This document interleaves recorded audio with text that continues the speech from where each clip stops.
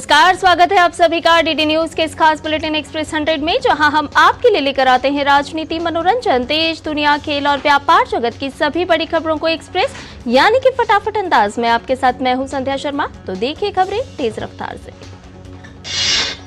प्रधानमंत्री नरेंद्र मोदी ने कहा कि लोकसभा चुनाव मानव इतिहास में सबसे बड़ा चुनावी अभ्यास होगा। समिट फॉर डेमोक्रेसी में आगामी लोकसभा चुनाव का क्या जिक्र। प्रधानमंत्री नरेंद्र मोदी ने दक्षिण कोरिया द्वारा आयोजित समिट फॉर डेमोक्रेसी को दुनिया भर के लोकतंत्रों के लिए अनुभवों के आदान प्रदान का बताया महत्वपूर्ण मंच। लोकसभा चुनाव के पहले चरण की 102 सीटों के लिए नामांकन प्रक्रिया जारी। नामांकन भरने का दूसरा दिन आज। भाजपा के वरिष्ठ नेता और केंद्रीय मंत्री डॉक्टर जितेंद्र सिंह आज उधमपुर सीट से दाखिल करेंगे पर्चा। कांग्रेस की केंद्रीय चुनाव समिति की बैठक आज। कांग्रेस उम्मीदवारों की तीसरी सूची आज कर सकती है जारी। अब तक 82 उम्मीदवारों के नामों की घोषणा। महाराष्ट्र में महाविकास अघाड़ी में सीटों के बंटवारे को लेकर शरद पवार के घर पर बैठक आज। उद्धव ठाकरे और कांग्रेस के बड़े नेता होंगे शामिल। महाराष्ट्र नवनिर्माण सेना के राज ठाकरे आज अपने नेताओं के साथ करेंगे बैठक। एनडीए में शामिल होने का लेंगे फैसला। महाराष्ट्र में अजित पवार के गुट को झटका। बजरंग सोनावणे ने शरद पवार की पार्टी का थामा दामन। भारतीय जनता पार्टी की केंद्रीय चुनाव समिति की बैठक कल। भाजपा कल तीसरी सूची की कर सकती है घोषणा। शिवसेना नेता संजय राउत और उद्धव ठाकरे के औरंगजेब वाले बयान पर बोली भाजपा प्रवक्ता सुधांशु त्रिवेदी ने कहा, जनता सब देख रही है और इसका उत्तर जनता ही देगी। प्रधानमंत्री नरेंद्र मोदी का विपक्ष के औरंगजेब के बयान पर जवाब। राइजिंग इंडिया समिट में कहा, भाजपा अगले कार्यकाल के पहले 100 दिन के लिए बना रही योजना, वहीं विपक्ष उन्हें गाली देने में व्यस्त।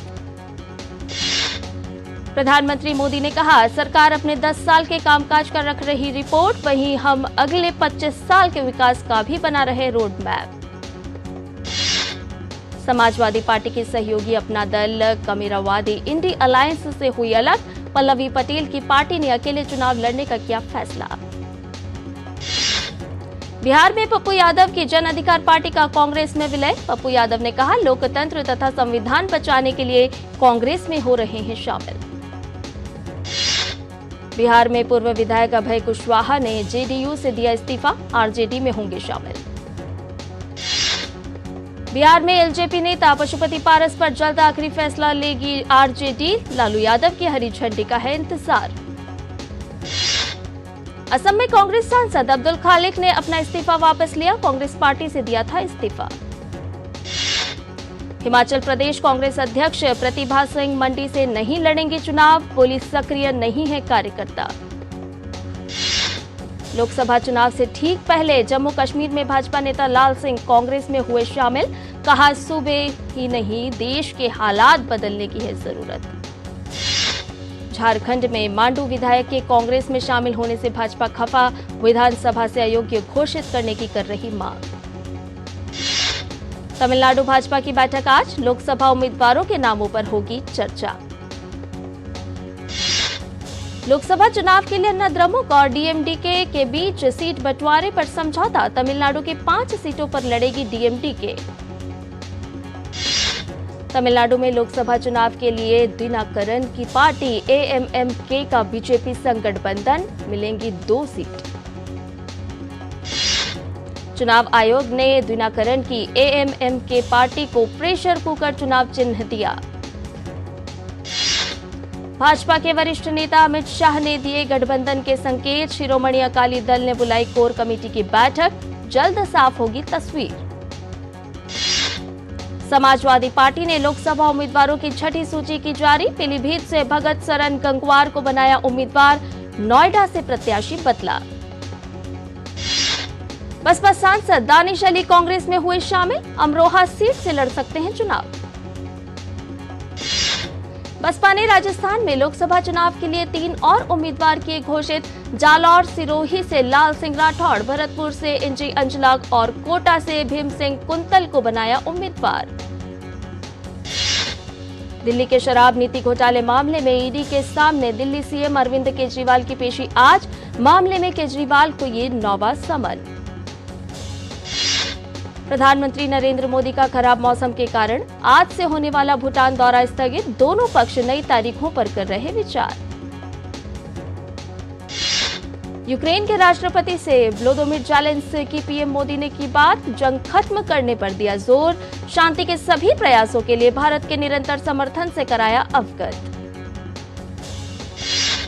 प्रधानमंत्री नरेंद्र मोदी ने यूक्रेन के राष्ट्रपति ज़ेलेंस्की से पहले रूस के राष्ट्रपति पुतिन से भी की बात। चुनाव में जीत पर दी बधाई। रूस के राष्ट्रपति पुतिन और यूक्रेन के राष्ट्रपति ज़ेलेंस्की। पुतिन व ज़ेलेंस्की को भरोसा कि नरेंद्र मोदी फिर बनेंगे प्रधानमंत्री। दोनों राष्ट्रपतियों ने चुनाव बाद आने का दिया न्योता। चुनाव आयुक्तों की नियुक्ति मामले में सुप्रीम कोर्ट में सुनवाई आज। केंद्र ने चुनाव आयुक्तों की नियुक्ति पर रोक लगाने की मांग का किया विरोध। भारतीय स्टेट बैंक को आज तक साझा करनी है इलेक्टोरल बॉन्ड से जुड़ी सारी जानकारियां। सुप्रीम कोर्ट का है निर्देश। झारखंड से राज्यसभा की 2 सीटों पर चुनाव के लिए मतदान शुरू। शाम तक नतीजे होंगे घोषित। विदेश मंत्री डॉक्टर एस जयशंकर ने कहा, नेहरू काल को बेहतर मानने के विचार से निकलना होगा बाहर। शुरुआती वर्षों में विदेश नीति बस नेहरूवादी विचारधारा का बुलबुला। बदायूं में 2 बच्चों के डबल मर्डर के आरोपी साजिद के एनकाउंटर की होगी मजिस्ट्रेट जांच। वारदात में शामिल दूसरा आरोपी जावेद अभी भी फरार। बदायूं डबल मर्डर मामले में आरोपी जावेद पर यूपी पुलिस ने 25,000 का इनाम घोषित किया। पश्चिम बंगाल के राज्यपाल सीवी आनंद बोस ने दिनहाटा का किया दौरा। इलाके में स्थिति की समीक्षा की। दिनहाटा में सोमवार रात हुई थी झड़प। लोकसभा चुनाव के कारण एनईईटी पीजी की तारीख में बदलाव। अब 23 जून को होगी परीक्षा। लोकसभा चुनाव के कारण इस साल अमरनाथ यात्रा 2 महीने की जगह 45 दिन ही चलेगी। सुप्रीम कोर्ट ने जेल अधिकारियों द्वारा जमानत आदेशों का पालन नहीं होने पर दिया निर्देश। कहा, फास्टर सेल पर आदेशों को देखें जेल अधिकारी। सुप्रीम कोर्ट ने मुफ्त रेवड़ियों पर जल्द सुनवाई का दिया भरोसा। दोषी राजनीतिक दलों को डी रजिस्टर करने की शक्ति दिए जाने की भी याचिका की गई मांग। बशीरहाट में टीएमसी महासचिव अभिषेक बनर्जी ने संदेश खाली का किया जिक्र। सीबीआई की कार्यशैली पर उठाए सवाल। अरुणाचल प्रदेश के पश्चिम कामेंग में महसूस हुए भूकंप के झटके। रिक्टर स्केल पर 3.7 थी तीव्रता। ईडी ने पीएमएलए मामले में मोहम्मद हाफिज के 9 ठिकानों पर छापेमारी की। कर्नाटक, केरल और गोवा के ठिकानों पर बैंक में जमा 4.4 करोड़ 12.5 लाख कैश और ज्वेलरी की जब्त। पेपर लीक होने के बाद बिहार बीपीएससी शिक्षक भर्ती परीक्षा रद्द। बीपीएससी की ओर से 14 मार्च को आयोजित की गई थी परीक्षा। आर्थिक अपराध इकाई ने लीक के दिए थे सबूत। आईएसआईएस का इंडिया चीफ हारिश फारूकी गिरफ्तार। असम पुलिस ने धुबरी में एक सहयोगी के साथ किया गिरफ्तार। ईशा फाउंडेशन के संस्थापक सदगुरु जग्गी वासुदेव की ब्रेन सर्जरी के बाद हालत में सुधार। पीएम मोदी ने की शीघ्र स्वस्थ होने की कामना। और बुलेटिन में फिलहाल रुक रहे एक छोटे से ब्रेक के लिए जल्द हाजिर होंगे। आप बने रहिए डीडी न्यूज के साथ। साल, बरस और सदी नहीं, एक युग गुजर जाएगा। उम्र न पूछो वंडर की, जब फर्क नजर आएगा। वंडर सीमेंट, फर्क नजर आएगा। मार्केट पे तो बहुत सारे टैक्स सेविंग इन्वेस्टमेंट्स हैं, लेकिन मेरी नजर में एनपीएस से बढ़िया और कुछ नहीं। प्रेजेंटली जो मेरा बैंक अकाउंट है, उसी की नेट बैंकिंग ऐप के थ्रू मैंने अपना एनपीएस ओपन किया। अब एनपीएस की ऐप के थ्रू मेरी इन्वेस्टमेंट कितनी है, कितने रिटर्न्स मिल रहे हैं, बहुत इजीली ट्रैक हो जाता है। अब तो इसमें सिस्टमैटिक लमसम विड्रॉल का ऑप्शन भी आ गया है, व्हिच इज ग्रेट। अपने बेहतर कल को सुनिश्चित करने के लिए एनपीएस जरूरी है।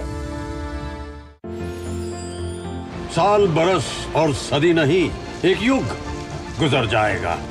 उम्र न पूछो वंडर की, जब फर्क नजर आएगा। वंडर सीमेंट, फर्क नजर आएगा। यार लड्डू, हम यहाँ बैठे बैठे पैसे बना सकते हैं। Amazing day. What a match this has been.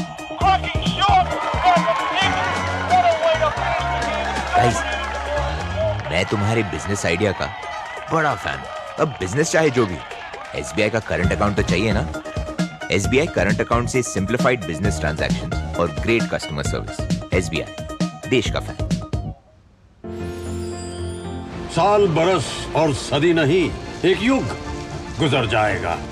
उम्र न पूछो वंडर की, जब फर्क नजर आएगा। वंडर सीमेंट, फर्क नजर आएगा। और ब्रेक के बाद एक्सप्रेस 100 में आपका एक बार फिर से स्वागत है। आइए बाकी की खबरों को भी जान लेते हैं फटाफट अंदाज में। दिल्ली के वेलकम इलाके में गिरी पुरानी इमारत, 2 लोगों की मौत और 1 गंभीर रूप से घायल। सुप्रीम कोर्ट के वकील जय अनंत देहाद्रई ने पूर्व सांसद और तृणमूल कांग्रेस के नेता महुआ मोइत्रा के खिलाफ मानहानि का मुकदमा किया दायर। भारतीय रिजर्व बैंक की ओर से सभी एजेंसी बैंकों को 31 मार्च को शाखाएं खोलने का निर्देश, ताकि वित्त वर्ष 2023-24 में प्राप्तियों और भुगतान से संबंधित सभी सरकारी लेन देन का हिसाब रखा जा सके। इनकम टैक्स डिपार्टमेंट द्वारा जारी किए गए बयान में कहा गया है कि विभाग के बकाया कार्य को निपटाने के लिए सभी इनकम टैक्स ऑफिस को 29, 30 और 31 मार्च को खुला रखा जाएगा। वित्त मंत्री निर्मला सीतारमण ने आरबीआई के गवर्नर शक्तिकांत दास और सेबी की चेयरपर्सन माधवीपुरी बुच के साथ की मुलाकात। अप्रैल में आरबीआई की ओर से नई मौद्रिक नीति की जाएगी पेश। आरबीआई गवर्नर शक्तिकांत दास की अध्यक्षता वाली मौद्रिक नीति समिति एमपीसी की बैठक 3 से 5 अप्रैल को। सेबी के चेयरपर्सन माधवीपुरी बुच ने कहा कि शेयर बाजार में सबको समान अवसर देने के लिए बाजार में डिजिटलीकरण को बढ़ावा देना होगा और छोटे निवेशकों के लिए निवेश करना तथा निकालना और भी सुगम बनाना होगा। सेबी चेयरपर्सन ने कहा कि बाजार नियामक म्यूचुअल फंड कंपनियों को 100 रुपए के सिस्टमैटिक इन्वेस्टमेंट प्लान सिप से भी देना चाहता है फायदा। शिरडी साई इलेक्ट्रिकल्स ट्रांसफार्मर विनिर्माण क्षमता को बढ़ाने और एक कंडक्टर इकाई लगाने के लिए बना रही है लगभग 1000 करोड़ रुपए का निवेश की योजना। शिरडी साई इलेक्ट्रिकल्स के चेयरमैन एन विश्वेश्वर रेड्डी ने कहा कि Shirdi Sai electricals limited transformer निर्माण की अपनी सालाना क्षमता को 33,500 MVA से बढ़ाकर ले जाएगी 53,000 MVA तक। भारत में कामकाजी महिलाओं की संख्या में बढ़ोतरी, लगभग 69.2 करोड़ महिलाओं की कुल आबादी में से लगभग 37% महिलाएं सक्रिय रूप से कर रही हैं काम। प्रतिभा समाधान प्रदाता कैरियर नेट की भारत में महिला रोजगार की स्थिति रिपोर्ट के अनुसार हैदराबाद, पुणे और चेन्नई जैसे शहर महिला रोजगार के मामले में सबसे आगे। इंजीनियरिंग और निर्माण क्षेत्र की प्रमुख company Larsen and Toubro limited ने खुले बाजार लेन देन के माध्यम से 149.65 करोड़ रुपए में राष्ट्रीय राजमार्ग अवसंरचना न्यास की 1.20 करोड़ यूनिट खरीदी। सीसीआई ने ऐप के माध्यम से भुगतान पर 11 से 26% शुल्क लगाने की गूगल की नई प्ले स्टोर बिलिंग नीति के खिलाफ दायर भारतीय ऐप कंपनियों की 4 याचिकाओं को किया खारिज। गूगल की नई प्ले स्टोर बिलिंग नीति के खिलाफ भारतीय ऐप कंपनियों का आरोप है कि गूगल की प्ले स्टोर नीतियां प्रतिस्पर्धा रोधी। सेबी ने बंबई उच्च न्यायालय से कहा कि वह कोष की हेराफेरी के कथित मामले में एसएल ग्रुप के चेयरमैन सुभाष चंद्रा को जारी किए गए समन पर 3 सप्ताह तक नहीं करेगा कोई कार्रवाई। भारत ने संयुक्त राष्ट्र सुरक्षा परिषद में विस्तार के सिलसिले में यूनाइटिंग फॉर कंसेंसस ग्रुप की संस्तुतियों पर कड़ी आपत्ति जताई है। इस ग्रुप में भारत विरोधी सोच रखने वाले चीन, पाकिस्तान और तुर्की भी शामिल। आयरलैंड के भारतवंशी प्रधानमंत्री लियो वराडकर ने अचानक अपने पद से दिया इस्तीफा। उत्तरी चीन के शांगसी प्रांत में एक यात्री बस के सुरंग की दीवार से टकराई, 14 लोगों की मौत, 37 अन्य घायल। पाकिस्तान के अशांत बलूचिस्तान प्रांत के ग्वादर पोर्ट अथॉरिटी कॉम्प्लेक्स को आतंकवादियों ने निशाना बनाते हुए की अंधाधुंध फायरिंग। सुरक्षा बलों ने 8 आतंकियों को किया ढेर। $3 अरब के बेलआउट पैकेज को लेकर अंतर्राष्ट्रीय मुद्रा कोष की टीम और पाकिस्तानी अधिकारियों के बीच एक कर्मचारी स्तर पर हुआ समझौता। अंतर्राष्ट्रीय मुद्रा कोष की टीम नाथन पार्टर के नेतृत्व में 14 से 19 मार्च तक इस्लामाबाद में रही। टीम ने इस दौरान IMF समर्थित पाकिस्तान के आर्थिक कार्यक्रम की दूसरी और अंतिम समीक्षा की। पाकिस्तान के शहबाज शरीफ मंत्रिमंडल ने अनावश्यक खर्चों पर अंकुश लगाने के उद्देश्य से सर्वसम्मत से वेतन और संबंधित सुविधाओं को छोड़ने का निर्णय लिया है। पाकिस्तान के बलूचिस्तान प्रांत में एक कोयला खदान में हुआ विस्फोट, 12 लोगों की हुई मौत। खदान के मुख्य निरीक्षक ने बताया कि विस्फोट के दौरान करीब 20 लोग अंदर मौजूद थे। विस्फोट के बाद रेस्क्यू ऑपरेशन शुरू किया गया। बचाव दल ने 12 शव बरामद किए हैं, जबकि 8 लोगों को अस्पताल में भर्ती कराया गया है। नेपाल के उप प्रधानमंत्री नारायण काजी श्रेष्ठ ने कहा है कि रूस ने उन पर नेपाली नागरिकों के अनुबंध रद्द करने के लिए अपनी सैद्धांतिक सहमति दे दी है, जो रूसी सेना में शामिल होकर यूक्रेन से युद्ध लड़ रहे हैं। श्रेष्ठ ने संसदीय बैठक में सूचित किया कि रूसी विदेश मंत्रालय ने कहा है कि वह सेना में शामिल हुए नेपाली नागरिकों के अनुबंध रद्द करने के लिए सैद्धांतिक रूप से हैं सहमत। वियतनाम के राष्ट्रपति ने दिया इस्तीफा, अपने कार्यकाल की खामियों और नीतिगत असंतोष को बताया कारण। स्विस ओपन बैडमिंटन प्रतियोगिता में आज भारत की PV सिंधु का सामना दूसरे दौर में जापान की तोमोका मियाजाकी से होगा। कल खेले गए पहले दौर के मैच में सिंधु ने थाईलैंड की चोई की वोंग को मात दी थी। पुरुष एकल वर्ग में भारत के किदाम्बी श्रीकांत के सामने दूसरे दौर में मुश्किल चुनौती है। दूसरे दौर में श्रीकांत का सामना मलेशिया के शीर्ष वरीय खिलाड़ी ली जीजिया से होगा। एक अन्य मुकाबले में भारत के लक्ष्य सेन का सामना चीनी ताइपे के चिया हाओ ली से होगा। 7वीं वरीयता प्राप्त लक्ष्य सेन ने पहले दौर में 3 गेम तक चले मुकाबले में जीत दर्ज की थी। गुजरात टाइटंस ने केरल के मीडियम पेसर संदीप वॉरियर को चोटग्रस्त मोहम्मद शमी के स्थान पर टीम में शामिल किया है। शमी ने हाल ही में लंदन में एडी की सर्जरी कराई थी और वे IPL 2024 में नहीं खेलेंगे। ऑस्ट्रेलियाई क्रिकेटर कैमरन बेनक्रॉफ्ट एक साइकिलिंग एक्सीडेंट में घायल हो गए। साइकिलिंग के शौकीन बेनक्रॉफ्ट बाइक से गिर गए। वे सिर के बल गिरे और अब वे शेफील्ड शील्ड फाइनल में नहीं खेल पाएंगे। श्रीलंका क्रिकेट ने कहा कि वानिंदु हसरंगा की टेस्ट क्रिकेट से रिटायरमेंट से वापसी T20 विश्व कप के मैच खेलने की योजना का हिस्सा नहीं है। ICC द्वारा लगाए गए 2 मैच के बैन के बाद हसरंगा ने टेस्ट रिटायरमेंट से वापसी का ऐलान किया था। फीफा वर्ल्ड कप क्वालिफायर्स के दूसरे दौर में आज भारतीय पुरुष फुटबॉल टीम का सामना अफगानिस्तान से होगा।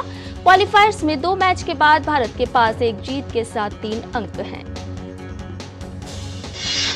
ब्राजील की अदालत ने बुधवार को फैसला सुनाया कि ब्राजील के फुटबॉलर रॉबिन्हो दुष्कर्म के मामले में मिली सजा ब्राजील में काट सकते हैं। अदालत ने एक मत से निर्णय दिया कि सजा का फैसला ब्राजील में भी मान्य रहेगा और रॉबिन्हो ये सजा ब्राजील में काटेंगे। यूरोप क्वालिफायर्स में इजराइल का सामना आज आइसलैंड से होगा। इजराइल के कोच ने कहा कि उन्हें दुख है, वे अपने घरेलू दर्शकों के सामने नहीं खेल पाएंगे। यूरो क्वालिफायर्स में आज यूक्रेन का सामना बोस्निया से होगा। इस मैच की विजेता का सामना आइसलैंड और इजराइल के बीच होने वाले मैच की विजेता से होगा। सर्बिया और रूस के बीच आज एक दोस्ताना फुटबॉल मैच खेला जाएगा। सर्बिया के मैनेजर ने कहा कि रूस में दोस्ताना मैच खेलने को लेकर उनकी टीम को कोई संशय नहीं था। फुटबॉल में भ्रष्टाचार के आरोप से जुड़े मामले में स्पेन की पुलिस ने बुधवार को स्पेनिश फुटबॉल संघ के हेडक्वार्टर्स की तलाशी ली। इस मामले में पुलिस ने स्पेन में 11 जगह तलाशी ली और 7 लोगों को गिरफ्तार किया। अंतर्राष्ट्रीय ओलंपिक समिति ने कहा है कि रूस के एथलीटों को पेरिस ओलंपिक के उद्घाटन परेड में शामिल होने से रोकने पर रूस की प्रतिक्रिया अति आक्रामक है। आईओसी के फैसले की रूस ने कड़ी आलोचना की थी और इसे ओलंपिज्म का विनाश और खिलाड़ियों के हित में दखलंदाजी बताया था। ब्रिटेन के एंडी मर्रे मायामी ओपन के दूसरे दौर में पहुंच गए हैं। पहले दौर में मर्रे ने एक संघर्षपूर्ण मुकाबले में इटली के मैथियो बैरतीनी को मात दी। पाकिस्तान के पूर्व टेस्ट कप्तान सईद अहमद का निधन हो गया है। वे 86 वर्ष के थे। सईद अहमद ने 1958 से 1973 के बीच 41 टेस्ट खेले। रमजान के पाक महीने में एक्ट्रेस गौहर खान अपने परिवार के साथ मदीना पहुंची। गौहर ने अपनी धार्मिक यात्रा के दौरान का एक वीडियो साझा किया है जिसमें वो रोती हुई नजर आ रही हैं। Bollywood actor Shreyas Talpade film welcome to the jungle की शूटिंग पर वापस लौटे। दरअसल बीते साल 14 दिसंबर उन्हें इसी फिल्म के सेट पर हार्ट अटैक आया था। शूटिंग पर वापस लौटे श्रेयस ने कहा कि इस बुरे वक्त में अक्षय कुमार उनके परिवार के साथ खड़े थे। डॉन 3 की शूटिंग डेट में बदलाव। फिल्म की शूटिंग अगस्त के बजाय 2024 के अंत में शुरू होगी। तारीख में हुए इस बदलाव की वजह है कि डायरेक्टर फरहान अख्तर अभी भी विलेन के नाम पर विचार कर रहे हैं। डायरेक्टर विकास बहल की फिल्म शैतान रिलीज के बाद पूरा करने वाली है दूसरा सप्ताह। फिल्म अब तक कर चुकी है 115 करोड़ की कमाई।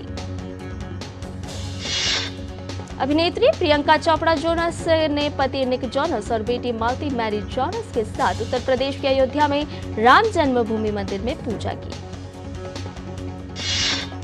फिल्म पुष्पा 2 द रूल पर्दे पर आने वाली है। फिल्म 15 अगस्त को होगी रिलीज। पुष्पा 2 के सेट पर रश्मिका मंदाना का एक वीडियो वायरल होने से सामने आया उनका फर्स्ट लुक। अपने दमदार अभिनय से पहचान बनाने वाले मशहूर एक्टर मनोज बाजपेयी अपनी अपकमिंग फिल्म भैयाजी के टीजर में जबरदस्त लग रहे हैं। टीजर में एक्टर मनोज को जबरदस्त एक्शन सीन करते हुए दिखाया जा सकता है। और इसके साथ ही एक्सप्रेस न्यूज में फिलहाल इतना ही। हमें दीजिए इजाजत, लेकिन डीडी न्यूज पर खबरों का सिलसिला लगातार जारी है।